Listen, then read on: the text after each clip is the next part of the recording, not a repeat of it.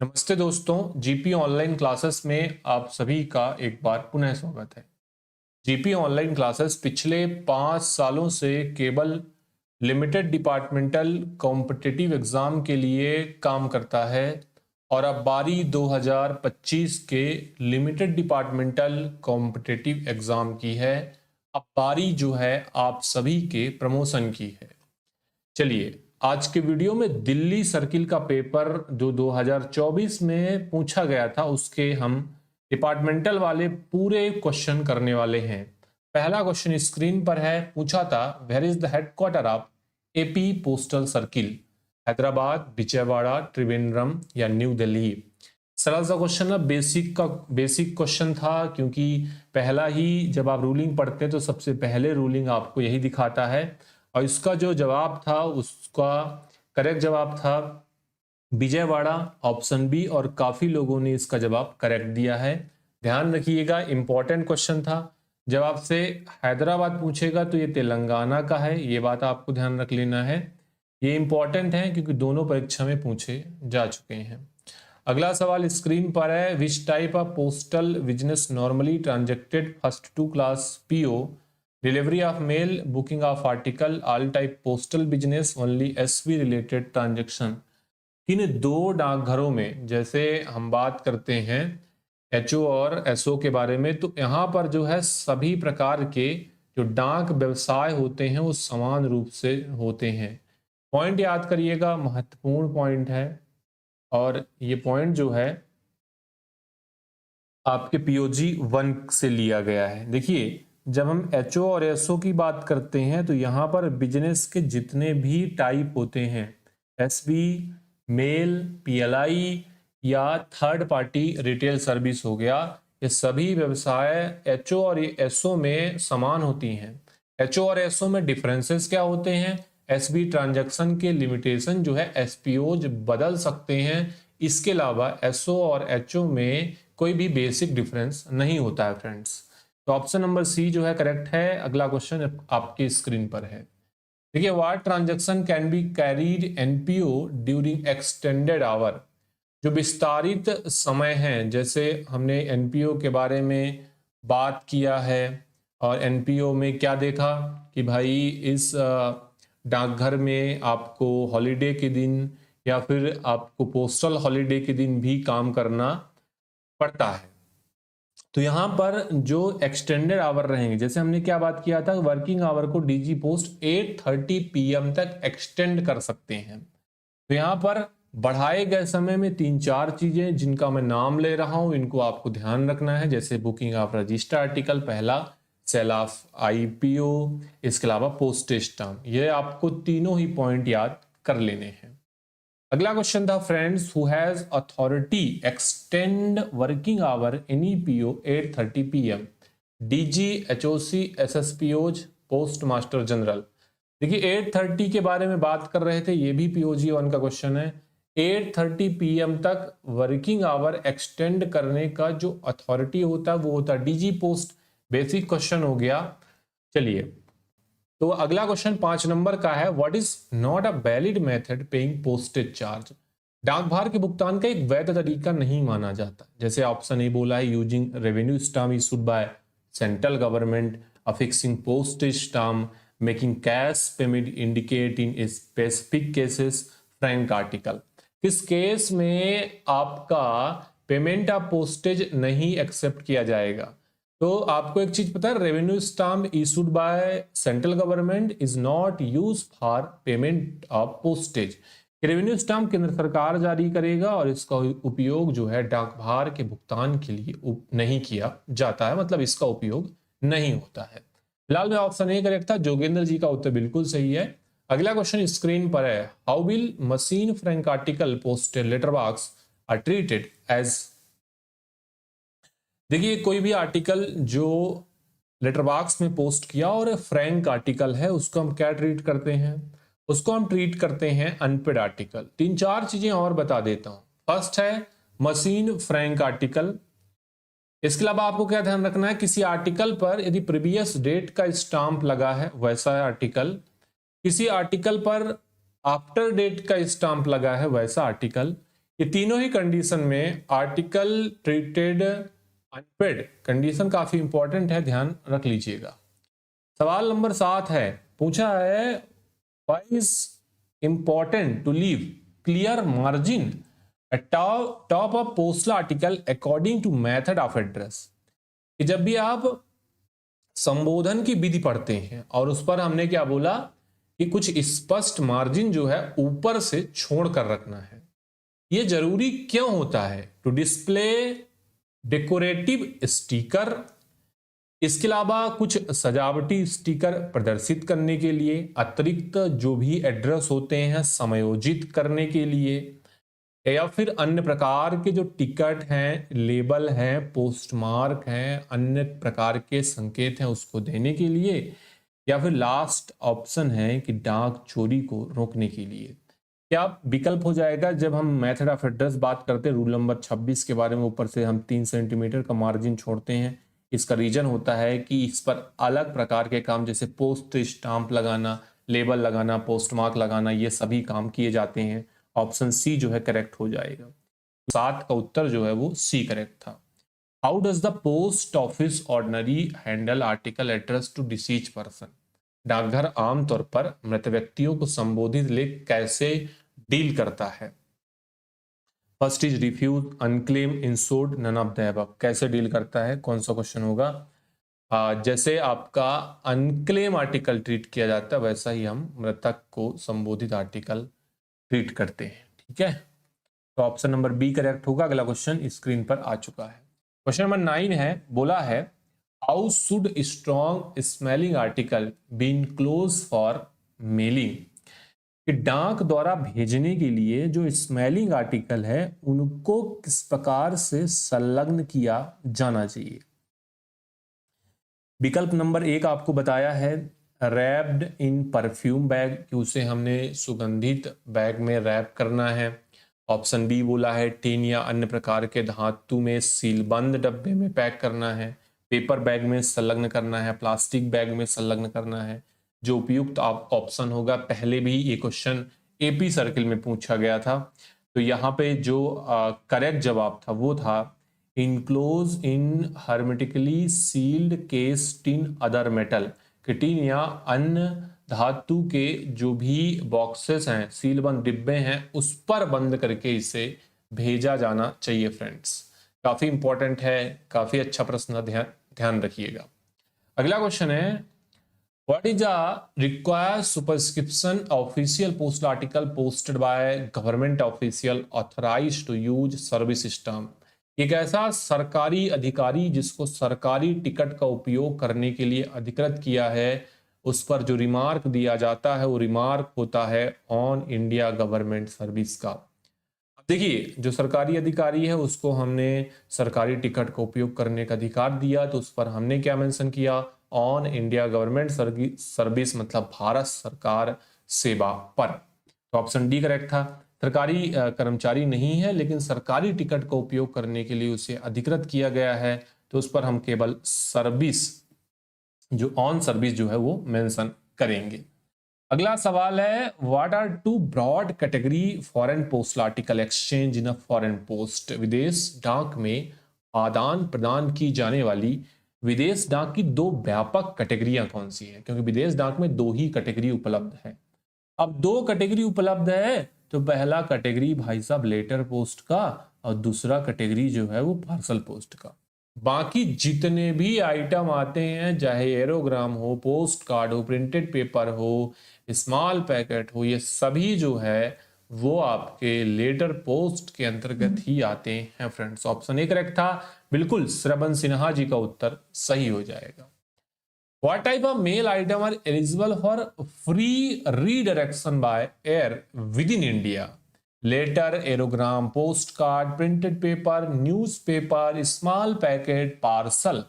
किस प्रकार के आइटम को विदेशी डाक में निशुल्क प्रसारण की, निशुल्क पुनः निर्देशन का अनुमति जो है वो दिया गया है?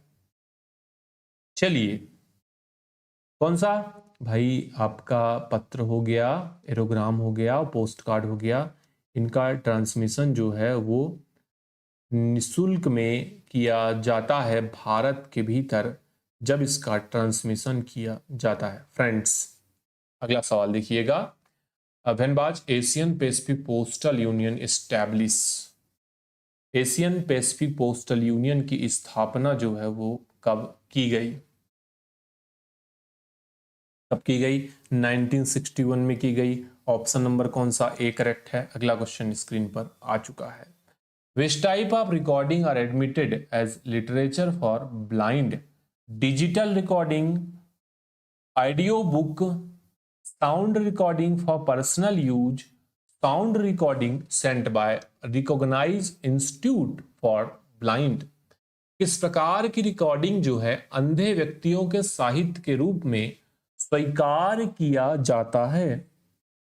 कौन सा? कि दृष्टिहीनों के लिए किसी मान्यता प्राप्त संस्थान के द्वारा भेजी गई रिकॉर्डिंग जो है वो अंधे व्यक्तियों के साहित्य के लिए स्वीकार्य होती है। ऑप्शन डी जो है इसका करेक्ट जवाब हो जाएगा।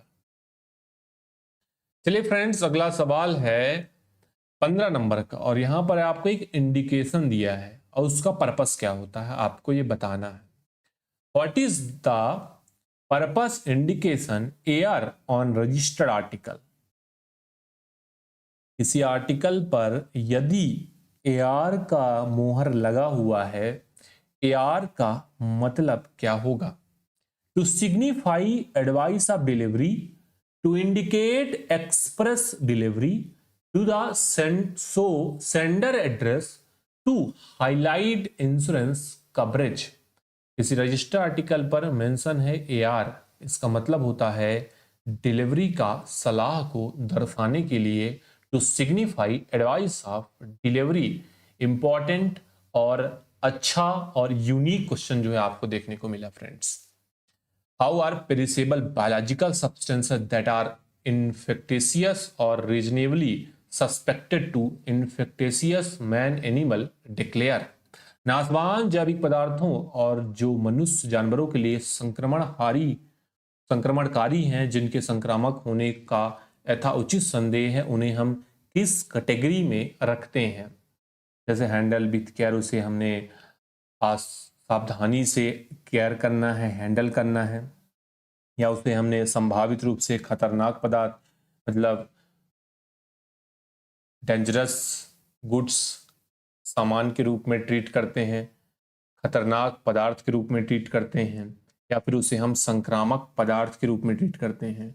ऐसे आर्टिकल जो मैंने आपको क्वेश्चन में बताया वो सारे आर्टिकल संक्रामक पदार्थ के रूप में ट्रीट किए जाते हैं। ऑप्शन नंबर सी जो है वो करेक्ट हो जाएगा। अगला क्वेश्चन 17 नंबर का है। पिछले क्वेश्चन का उत्तर आपका करेक्ट था सी, और अगला क्वेश्चन स्क्रीन पर है। पूछा गया है which country has a special bilateral agreement for exchange parcel with India? Question number 17 है और इसके बारे में आपको पार्सल पोस्ट में रूलिंग देखने को मिलेगा। फिलहाल में इस क्वेश्चन का उत्तर कोई भी सही नहीं था, इसी वजह से इसको दिल्ली सर्किल ने डिलीट कर दिया था, तो इस क्वेश्चन को हम स्किप कर सकते हैं। अगला क्वेश्चन देखिए स्क्रीन पर। Which service require additional charge in international parcel post service? Prepayment of custom duty, advice of delivery, insurance charge, all of the above. पहला जो ऑप्शन दिया है सीमा शुल्क का पूर्व भुगतान। अगला जो ऑप्शन दिया है डिलीवरी का सलाह, या फिर इंश्योरेंस चार्ज, या सभी। विच वन इज करेक्टेड फ्रेंड्स?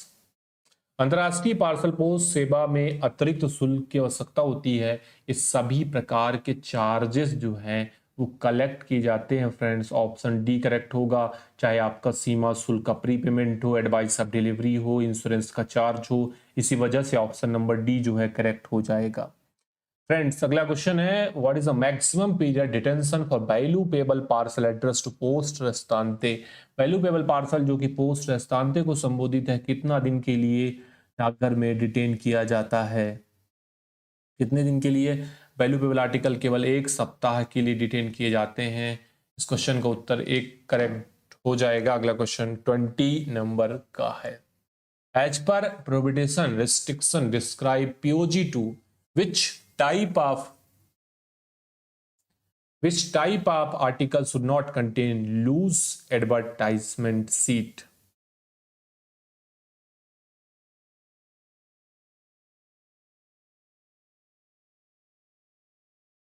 बताइए, letter registered newspaper small packet parcel. मैंने आपको पहले भी बताया हुआ है फ्रेंड्स कि एडवर्टाइजमेंट सीट जो है वो आरएनपी में नहीं संलग्न किया जाता है। ऑप्शन बी इसका करेक्ट हो जाएगा।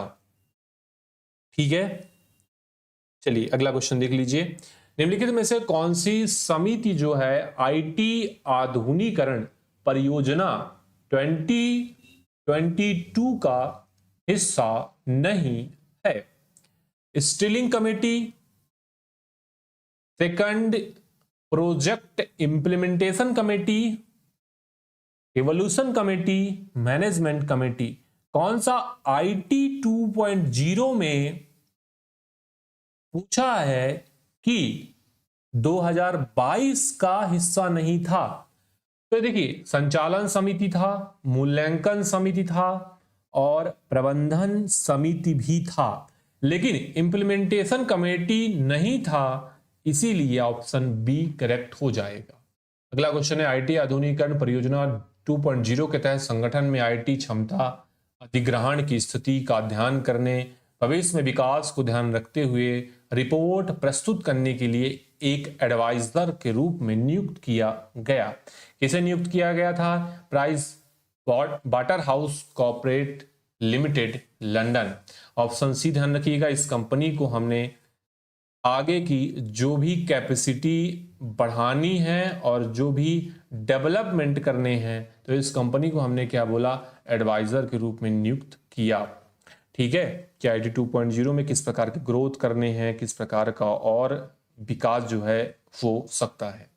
23rd को देखिएगा, the silo IT modernization project that aim at preparation all employee department to enable then function effect in the IT environment, CSI, FSI, CM, RSI, which one is corrected? देखिए, CM का purpose था और CM से मतलब था change management. इसका purpose था जो भी हम आईटी आधुनिकीकरण ला रहे हैं उससे सभी कर्मचारियों को तैयार करना।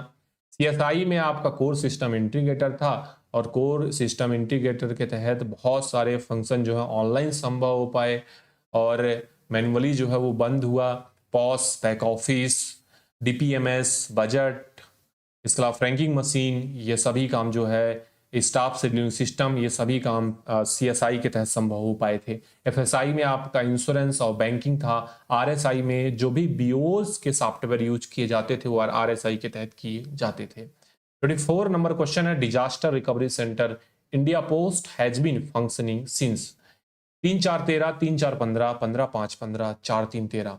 देखिए, डिजास्टर रिकवरी सेंटर कब से कार्य कर रहा है? ऑप्शन नंबर जो करेक्ट है 24 का वो हो जाएगा आपका 15/5/15। ऑप्शन सी करेक्ट है। इंपॉर्टेंट क्वेश्चन हो जाएगा फ्रेंड्स। एसडीएमएस के बारे में पूछा है, हमने बोला था आपको एस से होता है हेल्प, डी से होता है डेस्क, एम से होता है मैनेजमेंट और एस से होता है सिस्टम। ये सीएसआई से संबंधित है, ये सीएसआई से संबंधित है, ध्यान रख लीजिएगा फ्रेंड्स। अगला क्वेश्चन जो है करेक्ट था आपका हेल्प डेस्क मैनेजमेंट सिस्टम। आप एसडीएमएस के बारे में चर्चा ही कर रहे हैं तो दो चीज आपको ध्यान रख लेना है, पहला फुल फॉर्म और दूसरा ये किससे रिलेटेड है, मतलब किस टर्म से रिलेटेड है। अगला 26 नंबर क्वेश्चन है, एसएमपीएस जो कि कंप्यूटर सर्विस में यूज होता है, इसे हमने एक्सपांड करना है। इसे हमने एक्सपांड करना है तो एस से हो जाएगा स्विच, एम से हो जाएगा मोड, पी से हो जाएगा पावर, एस से हो जाएगा supply. Switch, mode, power, supply. Option C ध्यान रखिएगा। बेसिक टर्मिनोलॉजी क्वेश्चन बहुत सारे पूछे जाएंगे। Name a project under IT modernization that has facilitated payment PLI branch post office was earlier restricted HO and SO. IT आधुनिकीकरण के तहत उस परियोजना का नाम बताइए जिसने शाखा डाकघरों में डाक जीवन बीमा भुगतान सुविधा प्रदान की जो पहले एसओ और एचओ तक ही सीमित था। कौन सा फंक्शन था? फंक्शन था आपका दर्पण के माध्यम से हमने वीओज में पीएलआई जैसी सुविधाएं जो है वो संभव हो पाया। चलिए अगला देखिएगा 28 नंबर का सवाल है, according to IT modernization ECMS enterprise content management system, option number B जो है वो करेक्ट होगा। पीएलआई के जो भी नए प्रपोजल आते हैं उनको स्कैन करके अपलोड करने के लिए इसका उपयोग किया जाता है फ्रेंड्स, और इसका फुल फॉर्म होता है enterprise content management system.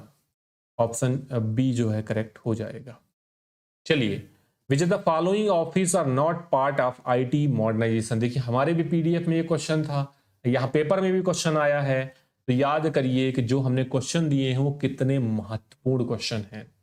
IT आधुनिकीकरण का हिस्सा नहीं है। आरएलओ, सीएसटी, पीएसटी, आरएसटी कौन सा हिस्सा नहीं है? ये सभी जो हैं, ये सभी आरएलओ, सीएसडी, पीएसडी, आरएसडी जो है ये आईटी मॉडर्नाइजेशन का हिस्सा नहीं थे फ्रेंड्स। ठीक है, 29 का जो करेक्ट जवाब हो जाएगा डी। अगला क्वेश्चन स्क्रीन पर आ जाएगा।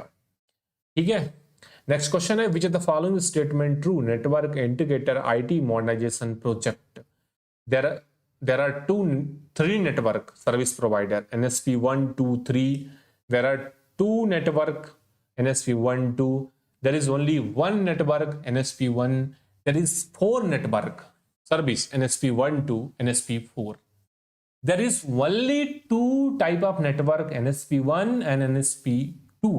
याद करिएगा NI में दो प्रकार के नेटवर्क हैं जो NSP 1 और NSP 2 है। चलिए अगला सवाल स्क्रीन पर आ चुका है और इस सवाल में आपसे पूछा गया है, which the following statement are true regarding e passbook feature. E passbook feature के संबंध में एक सही विकल्प है, आपको चयन करना है। फर्स्ट है, mini statement bill available SB PPF SSA scheme currently. Second statement है, full statement bill introduce for POSB scheme phase minor.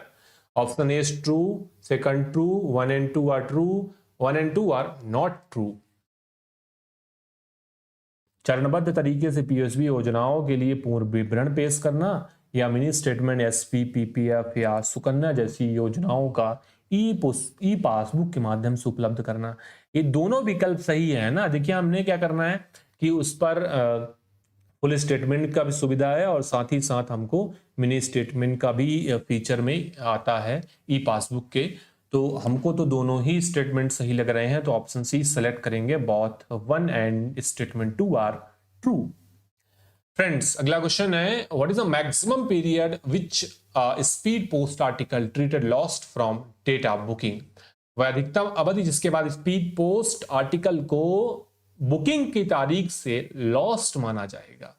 वो आपको समय अवधि ध्यान रखना है, दो समय अवधि बताया गया है जिसमें आपको दोनों को ही ध्यान रखना है। जो बाद में होता है उसको हमने गणना में लेना है। कैसे कि बुकिंग की तारीख 60 दिन, ठीक है, या शिकायत प्राप्त होने से 30 दिन, जो बाद में होगा उसमें से हमने स्पीड पोस्ट आर्टिकल को लॉस्ट घोषित कर देंगे। नेक्स्ट क्वेश्चन है, डीएनके से रिलेटेड क्वेश्चन पूछा गया है। डीएनके क्या है? अंतरराष्ट्रीय आर्टिकल यहां पर प्रिपेयर किए जाते हैं। डीएनके देश के महत्वपूर्ण शहरों में खोले गए हैं जहां पर इंटरनेशनल आर्टिकल की ट्रांसमिशन ज्यादा होता है। डीएनके होता है डाकघर निर्यात केंद्र। ऑप्शन ए करेक्ट है, पहले भी आया है, इसका मतलब रिपीटेड है। फ्रेंड्स सवाल नंबर 34 है, service standard delivery speed post from booking to delivery state capital to state capital. First one is 1 to 2, second is 1 to 3, third is 1 to 4, last one is 4 to 5। राज्य की राजधानी से राज्य की राजधानी तक स्पीड पोस्ट आर्टिकल बुकिंग से delivery के लिए सर्विस स्टैंडर्ड को आपको बताना है। Which one is corrected? Option number C, service standard for a speed post article is delivery state capital to state capital, time is 1 to 4। Option C is corrected। Next question is, what is rate discount speed post booking for bulk in customer who bring daily revenue 1000। दो type का हमने discount structure बताया। जो ग्राहक post office के counter पे आके services देते हैं, जैसे 1000 के लिए कितना हो जाएगा, 1000 के लिए आपका जो डिस्काउंट हो जाएगा वो हो जाएगा फ्रेंड्स नो डिस्काउंट। डिस्काउंट का स्ट्रक्चर देखा था 2000 से लेकर 1 लाख तक 5%। भाई साहब 1000 का पूछा है, तब 1000 में थोड़ी ना डिस्काउंट मिलेगा, तो ऑप्शन डी जो है वो करेक्ट हो जाएगा। चलिए अगला क्वेश्चन है, what is the compensation partial damage international speed post article. Friends, अंतरराष्ट्रीय स्पीड पोस्ट आर्टिकल में मुआवजा अगर पार्शियल नुकसान हुआ है किसी भी कंटेंट का, क्या तय किया गया है। अगर कोई अंतरराष्ट्रीय स्पीड पोस्ट आर्टिकल का कोई पार्शियल नुकसान हुआ है, तो पहला तो हमने क्या देखा था कि पार्शियल नुकसान की कंडीशन में कभी भी पोस्टेज रिफंड नहीं किया जाता। ठीक है, तो postage paid will not be refunded. तो पहला कंडीशन हमको कहां दिख रहा है, ऑप्शन बी में दिख रहा है। सी में आपका प्लस द पोस्टेज है, और ए तो होगा नहीं क्योंकि ये इनलैंड का है। ठीक है, इनलैंड का जो कंपनसेशन है वो ऑप्शन ए है। तो कौन सा सुटेबल ऑप्शन, उपयुक्त ऑप्शन जो करेक्ट है वो हो जाएगा आपका बी, कि जो लॉस हुआ है वो लौटा देंगे, और साथ में हम कभी भी पोस्टेज नहीं लौटाएंगे पार्शियल के मामले में। चलिए फ्रेंड्स, अगला क्वेश्चन स्क्रीन पर आ चुका है, और यहां पर आपसे पूछा है 101 माइस्टाम्प सीट जो है कोई भी ग्राहक खरीदता है तो उसको छूट जो है वो कितना दिया जाता है। 101 माइस्टाम्प है, एक माइस्टाम्प का सीट का कीमत जो है वो कितना होगा, यह आपसे पूछ रहा है। देखिए एक माइस्टाम्प 300 का आएगा। ठीक है, अब हमने सबसे पहले 100 का कैलकुलेशन करना है। क्यों? क्योंकि 100 माइस्टाम्प सीट में पहले 100 में 10% का डिस्काउंट प्रोवाइड कराते हैं। तो देखिए 10% पहले कैलकुलेट करें कितना हो जाएगा भाई, ये 30,000 हो जाएगा। ठीक है, 4 शून्य हो जाएंगे, 30,000 हो जाएगा। कितना डिस्काउंट मिला भाई, इस पर 3,000 डिस्काउंट दे दिया। आगे क्या देखा था, आगे देखा था कि अगर माइस्टाम्प की संख्या 100 से ज्यादा होती है तो 100 से ज्यादा की सीट के लिए हम 20% देते हैं। पहले 100 के लिए 10% का डिस्काउंट। भाई साहब इतना इंपॉर्टेंट क्वेश्चन, ध्यान सुनिएगा कि पहले 100 के लिए 10% का डिस्काउंट, और आगे के प्रत्येक माइस्टाम्प के लिए 20% का डिस्काउंट। एक माइस्टाम्प था, एक बचा ना, 100 के बाद एक ही बचा, तो कितना हो जाएगा उसका 300, और 300 में 20% का डिस्काउंट लगाइए, कितना हो जाएगा 60 रुपया।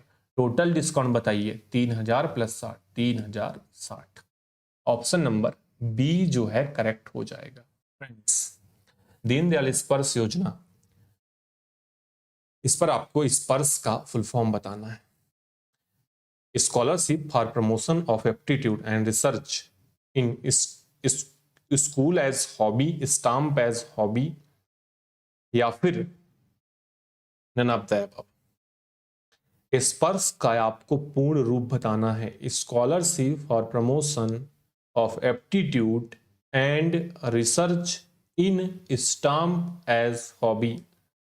38 का जो जवाब करेक्ट होगा वो होगा डी। अगला क्वेश्चन पिक करिए फ्रेंड्स।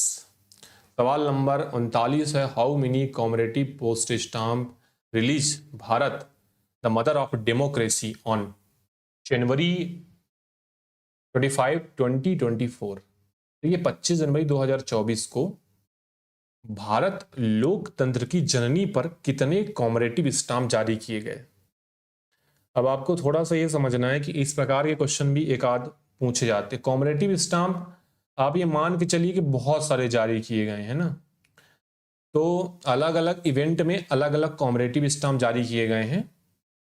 सबको याद करना पॉसिबल नहीं है, आप साइट पे जाके देखेंगे तो इसका बड़ा सारा लिस्ट मिल जाएगा। लेकिन आप जो पेपर में पूछे गए और जो आपसे हो सकते हैं, देखिए मैं तो ये बोलूंगा कि आप याद करके जाओ, मेरा पर्पस तो यही है कि आपके 100 में से 100 आए, लेकिन आपको जितना हो सकता है, क्योंकि जहां ज्यादा चीजें होती हैं तो आपको तो फिर उस हिसाब से देखना पड़ता है ना कि तैयारी में हमारे नंबर और मेरिट में किस प्रकार से हमें गेन करना है, वो सारी चीजें मैटर करती हैं। पर जितना हो सकता है उतने आप कॉमरेटिव स्टाम्प कितने जारी किए गए, किस डेट में जारी किए गए, मोस्ट इंपॉर्टेंट उनको याद कर लीजिएगा। 39 का जो करेक्ट जवाब हो जाएगा वो जाएगा 3, option number C. Who is authority revived to silent POSB account respective SO, HO, DO, RO? PSB के जो भी खाते बंद हो जाते हैं उनको पुनः जीवित करने का कार्य कौन करता है? कौन करता है? रिवाइवल करने का काम एचओ करता है। ऑप्शन नंबर बी करेक्ट हो जाएगा। फ्रेंड्स अगला क्वेश्चन देखिएगा, 41 number question. NPO on Sunday will not generally to do following transaction: booking register article, valuable article, booking money order, SB transaction. Which one is corrected?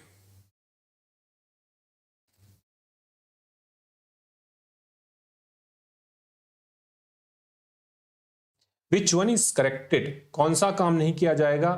SB lane then नहीं किया जाएगा। सही लग रहा है ना?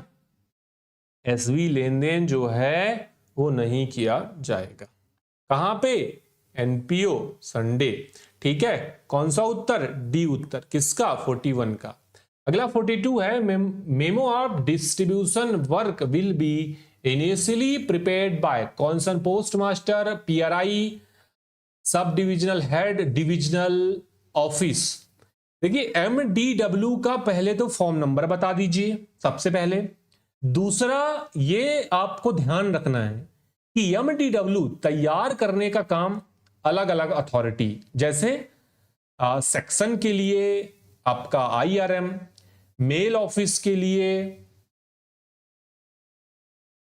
अलग अधिकारी, और रिकॉर्ड ऑफिस के लिए रिकॉर्ड ऑफिसर, डाकघर के लिए आपका पोस्ट मास्टर, ये जितने नाम ले रहा हूं वो तैयार करने का काम करते हैं।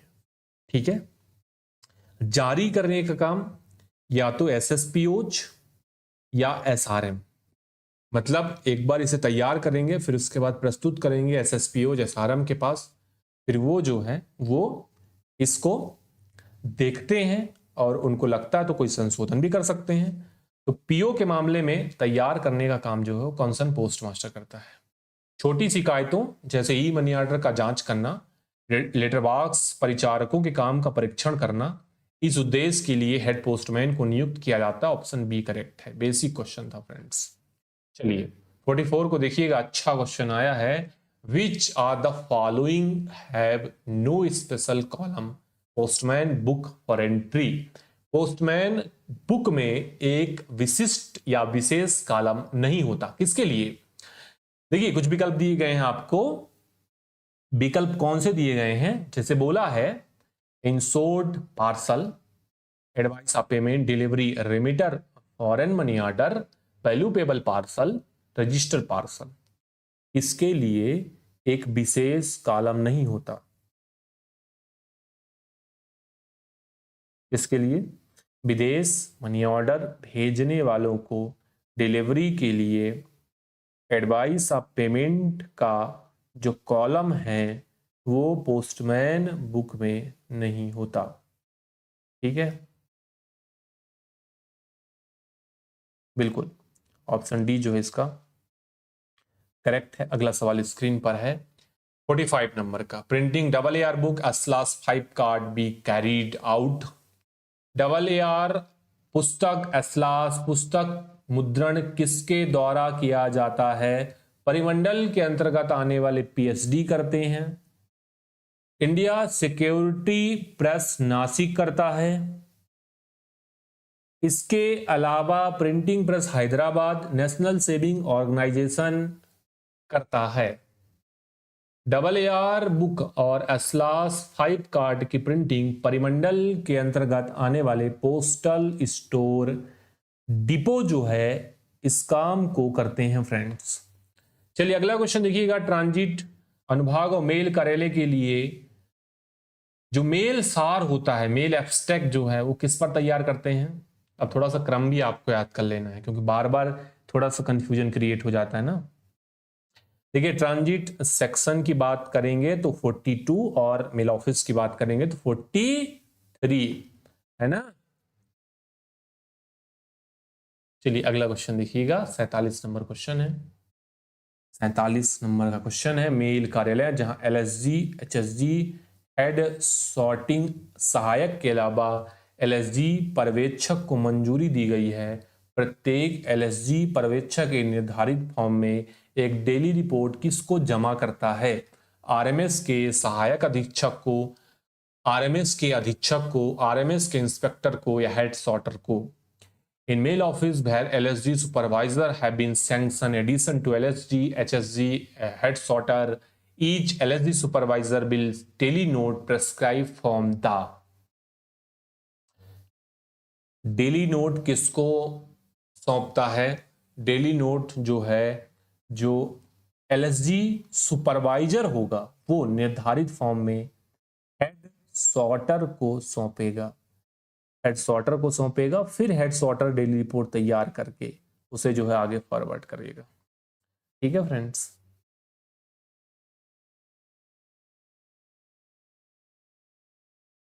अगला सवाल देखिए, who should explain meaning B order और टीबी ऑर्डर, सॉर्टिंग असिस्टेंट और mail guard who initial order in evidence having under study. कि जब भी आपका बी ऑर्डर जारी किया जाता है, बी ऑर्डर काफी इंपॉर्टेंट है, तो उसको एक्सप्लेन कौन करता है? और इसके प्रूफ के रूप में कि सभी अधिकारियों ने इस बी ऑर्डर को समझ लिया है, इसके प्रूफ में हस्ताक्षर भी करवाता है। कौन एक्सप्लेन करेगा? रिकॉर्ड ऑफिसर एक्सप्लेन करेगा। ध्यान रखिएगा, बी ऑर्डर जब भी एसआरएम के द्वारा जारी किया जाता है तो इसको एक्सप्लेन करने का काम जो है वो आरओ करता है फ्रेंड्स। इंपॉर्टेंट क्वेश्चन है। चलिए, the fee for blind literature packet airlifted foreign country. कि जब हम बीएलपी को फॉरेन कंट्री भेजते हैं तो वहाँ पर सारे टाइप के चार्जेस इस पर फ्री होते हैं क्योंकि स्पेशल कैटेगरी का आर्टिकल है, लेकिन एक चार्ज लगता है जो कि एयर का होता है। तो जब हम बीएलपी भेजेंगे तो किस कैटेगरी का एयर लेंगे? हम जिस कैटेगरी का एयर चार्ज लेंगे वो होगा प्रिंटेड पेपर का, मतलब air charge as applicable to printed paper. कौन सा? Option C is right answer. 49 का जो करेक्ट जवाब हो जाएगा वो जाएगा सी। अगला क्वेश्चन और आज के वीडियो का आखिरी क्वेश्चन रहेगा friends. The country which article correspond parcel posted initial called which the following? Country of origin, sending, destination, receiving. जिस देश में आर्टिकल पोस्ट किया गया है उसे हम क्या बोलेंगे? मूल देश बोलेंगे, कंट्री ऑफ ओरिजिन बोलेंगे। इसी वजह से ऑप्शन नंबर ए जो है करेक्ट हो जाएगा। आज के लिए इतना ही, मिलते हैं आपसे नेक्स्ट वीडियो में। तब तक मेहनत करिए, पढ़ते रहिए, जीपी क्लास को देश का नंबर 1 कोचिंग संस्थान बनाने में मदद करिए। जुड़ने के लिए आप सभी का धन्यवाद।